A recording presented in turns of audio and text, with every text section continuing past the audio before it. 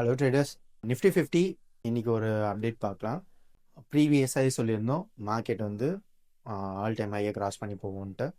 Suppose அது போகலன்னா இந்த ஜோனுக்குள்ளே இருக்கும், இல்லை ஒரு லாங் புல்லிஷ் கேண்டில் வந்துச்சு, அந்த புல்லிஷ் கேண்டில் மிட் வரையும் வரும்னு சொல்லியிருந்தோம். மார்க்கெட் வந்து ஆல் டைம் ஹை வந்ததுக்கப்புறம் அதுக்கு அது பிரேக் அவுட் ஆகி போகவே இல்லை. டிசம்பர் 2 நாளைக்கு என்ன நடக்கும்ன்றத நம்ம ஒரு ஸ்னீக் அண்ட் பிக் மாதிரி நம்ம ஒரு அப்டேட் பார்த்துடலாம். நிஃப்டி வந்து 15 மினிட்ஸ் டைம் ஃப்ரேம் நான் வச்சுருக்கேன். நம்ம ப்ரீவியஸாக சொன்ன மாதிரி தான் இந்த ஒரு பெரிய ரேலி போச்சு. இந்த ரேலியில் மார்க்கெட்டை இந்த ஜோனில் லாக் பண்ணிட்டாங்க இப்போ. ஸோ இதுக்கு அடுத்தது என்ன நடக்கலாம் மார்க்கெட்டுன்னா, இந்த மேஜர் சப்போர்ட் மார்க்கெட் எப்போ பிரேக் அவுட் பண்ணதோ நம்ம இந்த ஜோன் வரையும் நம்ம எக்ஸ்பெக்ட் பண்ணலாம்.